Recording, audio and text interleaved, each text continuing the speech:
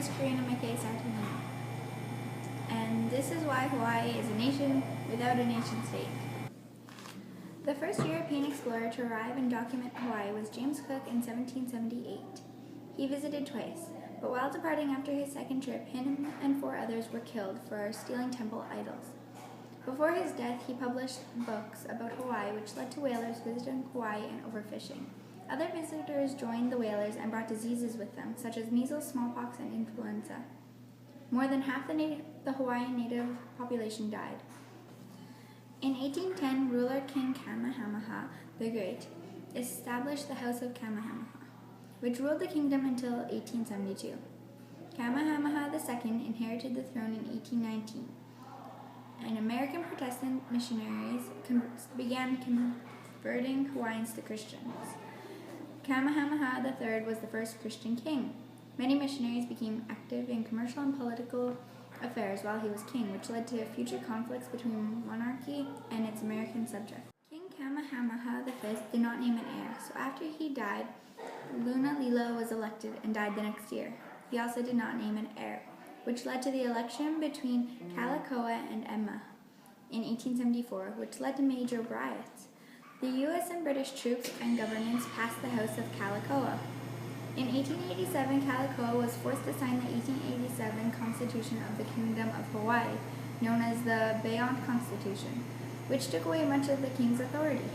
There was a property qualification for voting, which favored the wealthier white community. Kalakaua died in 1891, and his sister, Queen Lilouakalani, succeeded him on the throne, and was the last of the Hawaiian monarchy. In 1883, the Queen announced plans for a new constitution. January 14, 1893, a group of mostly Euro-American business leaders and residents formed the Committee of Safety to overthrow the kingdom and seek annexation by the United States. A group of United States Marines were summoned and made it impossible for the monarchy to protect herself. That year, the Queen was overthrown and replaced by a provisional government, the Committee of Safety. In 1894, the Queen tried to regain her throne, but couldn't. The Provisional Government of Hawaii also ended on July 4, 1894, and was replaced by the Republic of Hawaii.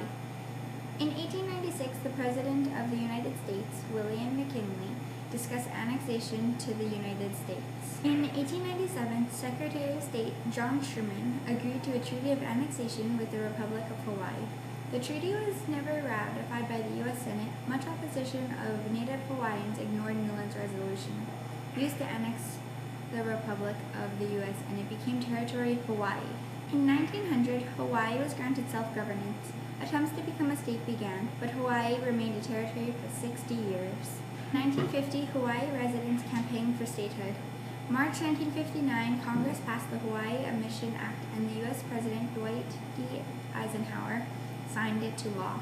Hawaii residents voted to accept the act or remain a territory with no option of independence. The UN Special Committee on Decolonization later removed Hawaii from the UN list of non-self-governing territories. Hawaiian natives mostly modernized after that. Still today, there are British symbols on the Hawaiian flag. Today in Hawaii, there are no organizations or groups trying to become a nation state. I predict that in at least the next 100 years, Hawaii will remain a nation state with no revolutions or anything bothering them because they've been left to themselves and don't all consider themselves even Americans. That is how Hawaii became a nation without a nation state.